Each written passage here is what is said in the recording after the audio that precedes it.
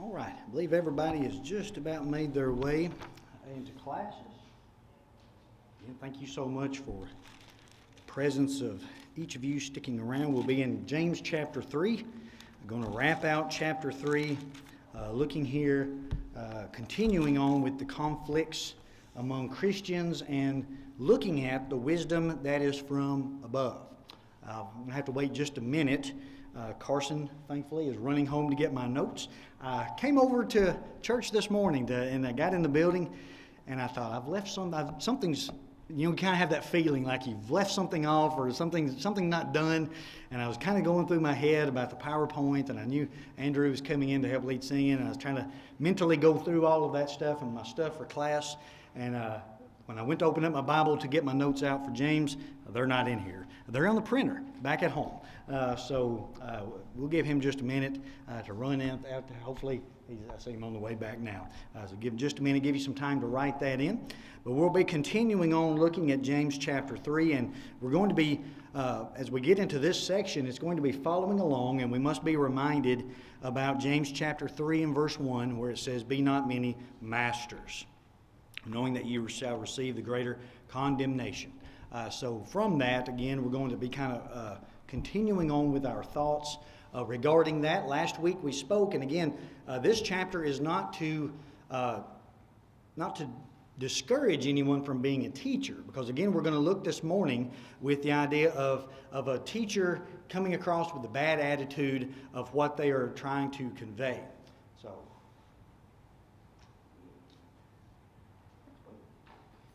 all right, Carson again for the win. He's doing a good job following with the PowerPoint as always.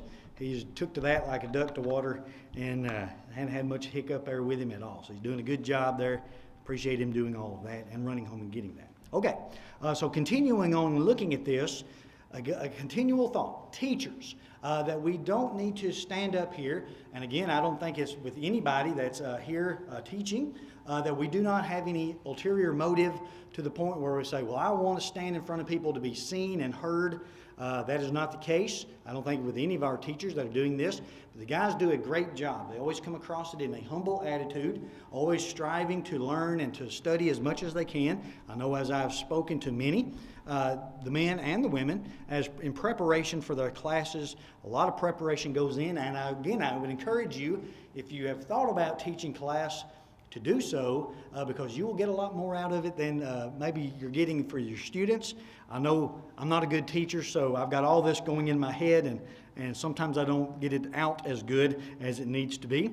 But nonetheless, I hope you get something out of my classes, but I know all the men do a great job with that.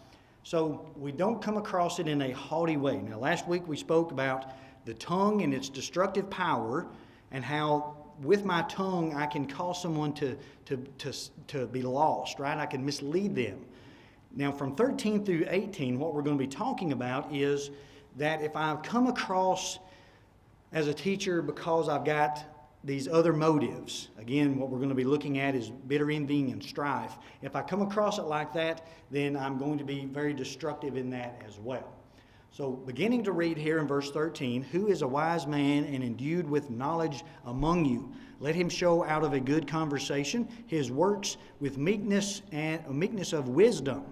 So this idea of the wise men, this is kind of a rhetorical question. So if I was a wise man and I was endued with knowledge, then I would behave myself in such a way that you would be able to see it. So again, that's why he's kind of saying, let him show about a good conversation, or the word conversation there, a good conduct of life, a good way of life, his works with meekness of wisdom. The meekness, again, is self-control. And the wisdom, again, there's a difference between wisdom and knowledge. Knowledge is just knowing certain things. Wisdom is knowing how to do those things. So, again, we notice it's a continual thought of John 3:1, or James 3:1. don't be teachers if, because you're a teacher, you think, I'm jealous of Ben standing up there. He gets to get up there and teach. And again, if you want to get up here, buddy, just let me know. We'll get you up here. Don't be looking at it like that. Say, I want to be a teacher, right? I want to be, and again, unfortunately, we have men, and unfortunately women, like that. Say, I want to be the one that's up there teaching. I want to be the one that's showing them my great knowledge that I have. But he says, we are not to be teachers because of pride, again, because the tongue is damaging. So if I get up here and the only reason I'm up here is because I want to be the authoritative person in the congregation, then it's going to be very damaging because I'm going to lead others astray. And not only will I lead others astray, but I'm going to receive the greater judgment. So again, the important way, don't say I'm not going to be a teacher, but if you do teach, come at it with a humble heart. Come at it with the diligence of studying, again, putting time in to prepare for a lesson. And if we do all those things, we can teach. We need to be using our talents for that. So again, these men are professing to be wise, and they're really causing hardships. And that's what we're going to be looking at, especially here in the next verse. So again, instead of being... I don't know, maybe I don't know the congregation again since before I was here, but like back home, we never really had anybody like that. But sometimes you hear of people, it's kind of my way or the highway, right? If you don't follow what I'm saying, then it's not going to be good. What they do is they kind of hold it like this, and they claim to be this wise, and they're really causing this hardship. They're being dogmatic is the word we could use, about things that are not in the Bible, all right? Scruples. We use that word scruples. So if I tell everybody's got to wear a suit on Sunday, right? You better wear a suit on Sunday. That's a scruple. And if I'm showing wisdom and saying, well, here's all this to why we have to wear a suit, then that causes hardships, and that's not the case. We are to be with meekness of wisdom, right? The self-control that I can say, right? The self-control that I say is not authoritative in the Bible to say we have to wear a suit, right? Would I like everybody to wear a suit that could? Yeah, I mean, that would be nice. But it's not so much that we say, well, you have to do it, or, I'm leaving, or you can't worship with us if you don't have a suit and tie on. That's not the case. So we have to be, again, wisdom in that, meekness, under control, and having the wisdom to know what we need to hold on to and what we do not, in that sense of what the Bible teaches. So anyway, again, we don't need to, again, the people in leadership positions, not only the preacher, but also an elder may have this, right? We may have an elder who says that this is the way that it has to be, and this is my opinion. So we want to be careful of that. We don't have that today with our two great elders as well. So again, be careful. If you have wisdom and you're endued with this great knowledge, then you should be acting this way, right? If you're really that smart, is essentially what James is going to tell us. Now notice in verse 14. But if ye have bitter envying and strife in your hearts, glory not and lie not against the truth. So here's an interesting phrase. That envying is translated in the ASV as jealousy. So if you have bitter jealousy and strife in your hearts, glory not. So we should not glory or boast when we do these things. Again, the bitter adjective there describing this envy, it's bitter. And when you think of bitter, harsh kind of attitudes and feelings towards someone, causing jealousy, causing this action of jealousy to be spoken about. And again, the strife showing our selfish ambitions. So if I stand up to preach and I am bitterly jealous, right? I don't like someone teaching class, and I'm bitterly jealous of that person. And I've got strife. I've got a selfish ambition in my heart that says, you know what? That should be me up there. They shouldn't have hired Ben to be up there preaching and teaching class. If anybody should have been standing up there, it should have been me. So you understand, again, the context, because sometimes, we view the teachers in a certain way, and we think, well, that should have been me. So that's, if you have that type of that attitude in your heart, you're to glory not, or you're not to boast about anything. And again, lying not against the truth. The idea there, the lying not being a falsehood against that which is true. So we should not glory or boast. Men should seek no office or station. This is a good quote. that again, I'm not boasting, I'm not glorying in this position because of my jealousy. He says, men should seek no office or station which they could not properly seek if the whole truth of them were known. So I'm going to say that one again. Again, men holding certain offices, it says men should seek no office or station which they could not properly seek if the whole truth about them were known. So sometimes men put on a front. Again, they say, I'm here at church and I'm wise in the Bible, and not everything is known about them. But that's why, our elders are tested. They are brought up before the congregation. So if they go, I know this guy, how he is, we should do that. So again, don't try to get up here and try to preach and teach because you're jealous or you have envying and strife. If I am lying against the truth, if I say I am a Christian, but I do not act like one because I have jealousy. So I'm lying against the truth if I do this. If I say, and again it kind of goes back into James 2, if I have faith, if I say that I'm a Christian and I'm supposed to be behaving this way, but I'm not really acting like one if I'm jealous, right? If I'm envious and jealous about somebody that stands up in front of people and does those things, I'm not really acting like a Christian, and I'm lying against the truth in that. So this is the wrong attitude. And again, the danger of this is leading people astray and causing division within the congregation. So we don't want a man up here like that. Verse 15. This wisdom, the wisdom, again, this idea of the bitter envying and strife, having that in your hearts, this wisdom descendeth not from above, right? This is not a heavenly wisdom, but is earthly, sensual, and devilish. So this wisdom that's coming down, right? Again, it's not godly in this wisdom that we have. Now notice what it is. If I have this kind of attitude, if I'm trying to weasel in and get into these certain positions of authority because I want to be doing these certain things, it's earthly. So the earthly there, the phrase would mean it is to what is characteristics of the earth as opposed to heavenly. So again, I'm not thinking about what God wants me to do. I'm thinking about earthly things, right? The pride and the prestige that comes with earthly things. So again, that's where my focus is. But not only earthly, notice it's sensual to the life of the natural world and whatever belongs to it, in contrast to the realm of experience whose central characteristic is, again, natural, unspiritual, and worldly. So again, this kind of growing, not only is it that I'm prideful of what's going on here on earth, but it's sensual, right? It's for the natural pleasures of this world. I'm wanting to be boasted, right? I want to hear everybody pat me on the back and say, good job, so I can get my praise of men. And that's, unfortunately, some men do that. And unfortunately, some men do that, and they'll say whatever you want to hear, right? 2 Timothy chapter 4, 3 through 4, having those itching ears. Tell me what I want to hear, Ben, and I'll slap you on the back and tell you did a good job. Don't get on my toes, right? So it's sensual. It's earthly. It's sensual. But not only that, it's also devilish, originating from the lower spiritual world, demonic.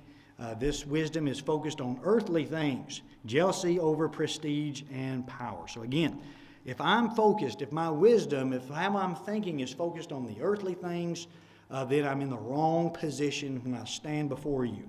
Now, Brother Guy N. Woods made a great point of how that there's a progressiveness of sin when we begin first with earthly things, again, focused on the things here on earth. Then it's the sensual. It makes me feel good, ultimately to the devilish characteristic of this thing that I would be lost because of it. So Brother Woods did a great point of pointing that out, the progression, earthly, sensual, devilish. Right? I can't have that kind of attitude to stand before individuals. There's danger in that. Danger in that. All right. Looking at verse 16. For where envying and strife is, there is confusion and every evil work. So where there is this, and I'm a fan of marking in my Bible. You may not enjoy doing that so much, but I would encourage you to do so. You can kind of circle, again, the envying going back to verse 14, the strife going back to verse 14. So if I have bitter envyings and strife in my heart, right, I'm going to be focused on these things that's earthly, sensual, and devilish, And where there are envyings and strife, there is confusion and every evil work. So if that's my mindset, it's only going to be progressively getting worse as we go by. So there, the confusion that we read about in verse 16, opposite to established authority, disorder, unruliness. So this is interesting.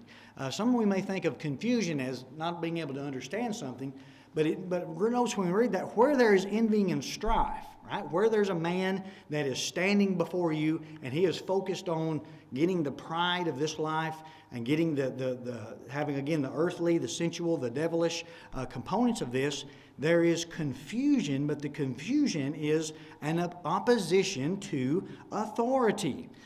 There's unruliness. Now, we understand that today. If I'm standing before you and what I'm doing is going against what the Bible teaches, and what I'm trying to say is that I want the authority. If our elders say, Ben, don't be doing that. You don't need to be talking, this is not what the Bible says. But if I'm focused on that, right, I'm jealous, I want to have that, then again there is a opposition to authority.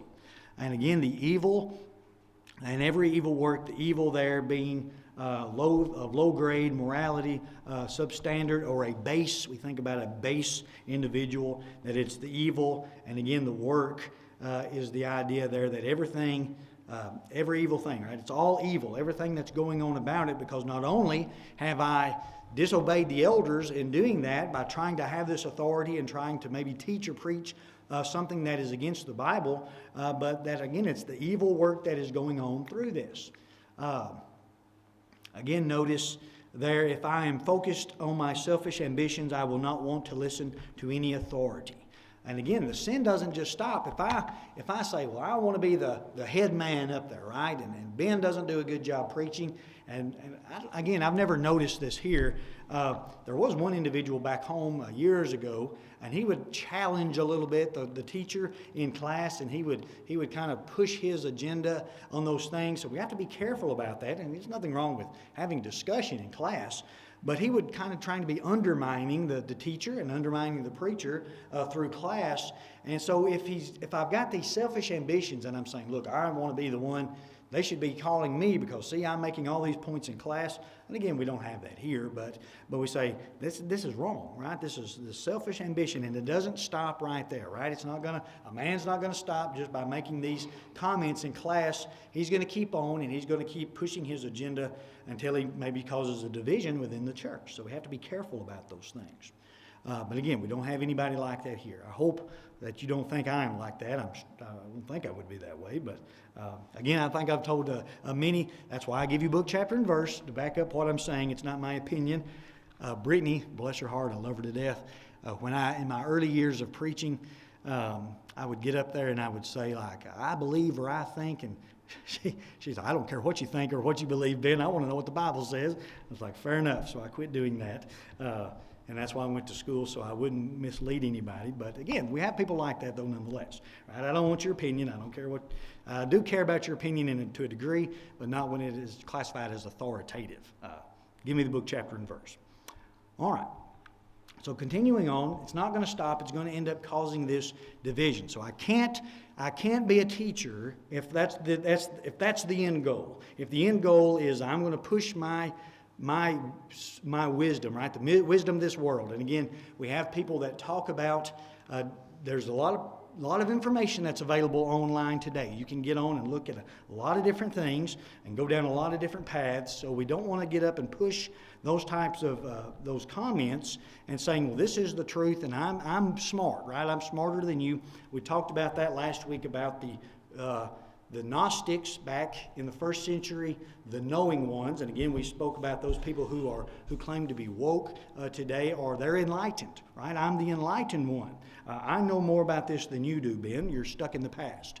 So we want to be careful about it. If I come across it like that, it's going to cause nothing but division. It's going to cause a lot of evil things, and what we're going to find is that we're going to be opposing the authority of the Bible, pushing that agenda. Tell me what I want to hear. I'll tell you what you want to hear, and we have the mega churches doing that today. Now let's look at let's kind of flip the script there on this and say, all right, this is how we're doing it, right? If you don't if you have the bitter envying and strife in your hearts, it's going to cause all of this destruction.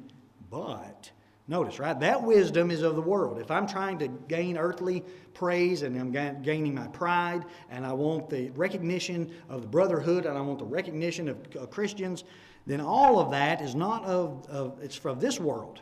But notice in verse 17, but the wisdom that is from above is first pure, then peaceable, gentle, easy to be entreated, full of mercy and of good fruits, without partiality and without hypocrisy. What a beautiful contrast. That's all those bad things I underlined in red, the bitter envying and strife and earthly and devilish and sensual. And then when I did 17, I underlined them in blue and circled them in blue. That's the wisdom that we want, right? If we want to have the wisdom from above, right? If we want to be studying the Bible and I want to be more Christ-like and I want to be more apt to do like this is the wisdom that I need. First, notice that this wisdom is pure. It's holy, all right? So it's genuine. We must have a pure heart, not defiled by earthly reasons. So if I get up before you, if I have a pure heart, right? If I look at you and I look at myself and say, look, we're not perfect people, we're forgiven people, and I've got a pure heart. I don't have any ulterior motive. I'm not up here to boast or to get on anybody. That's what I told somebody the other day. I've never had an axe to grind against anybody in this congregation. If I preached a sermon and you thought it was directed to you, it wasn't. Maybe it affects us all different ways. I've never had anybody attacked anybody from the pulpit like that. So I've got a pure heart, right? It's all about, I want to try to help us to get to heaven. And again, that's what I'm trying to do when I teach and preach, is we want to make sure we're doing what the Bible commands us to do. So, I'm not defiled by my earthly reasoning. I'm not getting up to tell you what you want to hear just so I can get the praises of men. So the wisdom from above is pure. It's first pure. Then it is peaceable. Notice this is a great one. To be conducive to a harmonious relationship, peaceable, peaceful, will want to live peaceably. Again, in Romans chapter 12, verse 18, Paul tells us, if as much as within you is, to live peaceably with all men. But I try to do it peacefully. Now, some people don't like to do it peacefully, but I always, again, I love our elders and I appreciate them so much. When I meet with them, it is. I feel like it's a harmonious relationship anyway, on my end of it anyway. We're able to talk. They're always able to listen to anything that I may say, and I always try to do everything they tell me to do. So again, this peaceable, right? It's easy to get along with these men like that, and we're going to see that here in the next few passages of this. But peaceable, right? We're trying to be. There's a way to do it, and there's a way not to do it, and we're trying to do it peaceably. And that's from the wisdom. Again, if I'm doing what God commands me to do, and I'm looking at Christ, I'm looking at God, and I'm saying, all right, how should I teach these things? It's going to be pure. It's going to be peaceable. Notice as well, it's going to be gentle. Not insisting on every right of letter or law or custom, yielding, gentle, kind, courteous, tolerant. We are not demanding in our way. So I thought that was great. Again, isn't it great to be able to talk to someone if they're not demanding? And again, I can have an opinion, but I don't give you my opinion as authoritative. I may give you my opinion as a thought, but it's not saying this is how it is, right? This is my opinion, and this is how it is. We don't want to be demanding in the way we do those things. If you go back to James 1, 19 through 20, when we're reading that, we were reminded that James tells us, wherefore, my beloved brethren, let every man be swift to hear, slow to speak, slow to wrath. For the wrath of man worketh not the righteousness of God. So James has already told us I should be slow, right? I should be slow when I listen and be peaceable or be gentle with these things, right? Listen to what someone has to say. I'm pure, I'm peaceable. What a great individual that this is describing, right? Easy to talk to. That's what we're going to talk to here with entreated. Notice there as well, easy to be entreated. This was a great one. The idea is compliant or obedient. The Christian is easily compliant, easy to get along with, easy to approach. And what a great person that would be, whomever it may be, that they are easy to get along with. I think that's what, with the elders, again, they've listened to a lot of my ideas and going through that, and they're easy to get along with all of those things. great men that we have. But again, for the Christian, right, he's easy to get along with. She's easy to get along with, easy to approach. They're not going to be demanding of these things, right? They're going to be slow about those things. They're going to be pure, peaceable, gentle, easy to talk to, easy to approach. That's who I want, right? Listen to my side of it, right? Maybe, and that's worth listening. May not be right in that, but again, it's how we handle those things. Easy to entreat, easy to be entreated. All right, so next we have full of mercy. And the idea, again, being full is thoroughly through that with mercy. That we are the kindest of concern expressed for someone in need. Mercy, compassion, piety, clemency. So I think compassion may be in some newer translations. You may have full of compassion. But that's essentially what it is. We desire mercy. Therefore, we must be willing to give mercy. So we've talked about that a lot. When you see someone drive past you. I had someone pass me coming out of the school zone the other day. I think, man, where's those cops, right? Sitting there, you want judgment. But if I'm doing that, I want mercy. Don't that I pass anybody in the school zone, but maybe doing something and speeding I'm not supposed to be doing. We want mercy. So again, full of that mercy. We're slow about these things. We don't have any worldly thoughts. We're saying, all right, full of mercy. Maybe they don't understand, right? And I'm so thankful for y'all and y'all's patience with me, trying to get this stuff done and do these things correctly. Y'all are very patient. Y'all have a lot of mercy towards me, and I'm grateful for it. All right, so full of mercy. Not only that, they're good. Full of mercy and good fruits. So the good fruits, again, meeting a relatively high standard or quality of things. They're beneficial. It's useful, right? These beneficial fruits. I don't have fruits on there. But anyway, the idea there, the product of the outcome of something. So again, spiritually speaking, I thought I put that in there. But anyway, so these full of mercy and good fruits, it's a beneficial, it's something that comes out beneficial. While sin brings forth evil works, this good Christian brings forth good fruits or good works is what we're looking at. So again, the evil, it's going to be bringing about things. The sin, it brings about evil works. If I've got ulterior motives and I'm trying to be prideful and bitter, envying and strife, it's going to lead about evil things. But a good Christian, he or she is going to bring forth good fruit or good works, beneficial works, right? Good things. All right, and without partiality. Well, I don't have any of these. I guess I meant to probably deleted a slide in there. Apologize for that. So without the partiality, not being judgmental or divisive, non-judgmental.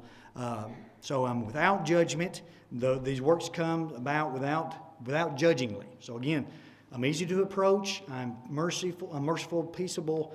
I'm not coming about it judgfully, judgingly when you come to me. And again, without hypocrisy. No ulterior motives. I'm not, it's very sincere, right? I've got to come about it sincerely without, again, I may look like I say, oh, Ben, he's so humble. But if ultimately down deep I'm doing it for pride, it's still wrong. So we got to be careful about it. Without hypocrisy. And I don't think that. I'm not very prideful. Again, y'all are very good about pointing out some things I need to work on, and I do truly appreciate those things. And I'm appreciative of your patience towards me in that. Now finally, there in verse 18 as we close. And the fruit of the righteous is sown in peace of them that make peace. So this idea again, the fruit, the outcome, the production of these things is shown in righteousness, the characteristic of something being upright, upright behavior, doing those things. And again, when we think of being sown, think of even like the word, the gospel, word of God, the gospel being broadcasted out there. So peace, harmony in personal relationships, peace and harmony is what we're looking at, is the fruit, right? The outcome of righteousness, the outcome of following and having the wisdom in verse 17, if every member is saying, all right, I'm going to be following what verse 17 says. I'm going to be first pure, then peaceable, gentle, easy to entreat, full of mercy, good fruits, without partiality, without hypocrisy. Then that fruit, then the work of the church is going to be of righteousness, again, is sown in peace of them that make peace. So the fruit of righteousness is the good which righteousness promotes, and the obedient righteousness is doing right, doing what God says. This is what I'll close with Brother Guy Wood's quote here. He says, all the good we do issues from righteousness. So again, everything that I'm trying to do comes from righteousness, which in turn flows out of the wisdom which is from above. So again, the more I read the Bible, the more I try to do what God commands me to do, the more I'm doing good in that. And all that is bad issues from that wisdom which is from below, and which is earthly, sensual, devilish. Isaiah said, and the work of the righteousness shall be peace, and the effect of righteousness, quietness, and confidence forever. Thus the fruit is that which comes from the tree, righteousness. The meaning is that the blessed results of righteousness can never prosper except in an atmosphere of peace. And I think that's great. So the idea of what we want to be as teachers, as preachers, as elders, as members, again, what we want to do is we want to focus on verse 17. We don't want to come across anything, again, having bitter envy, bitter jealousy, having strife that is brewing up in us, because all that's going to cause is evil things to come about. But if we're all trying to meet it in the same way there, following verse 17, good fruit's going to come about from that. We're following the Bible, doing what it commands, and handling it the right way. Right at the top of the hour. Any questions or comments there over James chapter 3, 13 through 18? Okay. All right, we'll be continuing on there. Next week, Lord willing, we'll be getting into James chapter 4. Some of these will be a little lengthier passages, some of them a little smaller.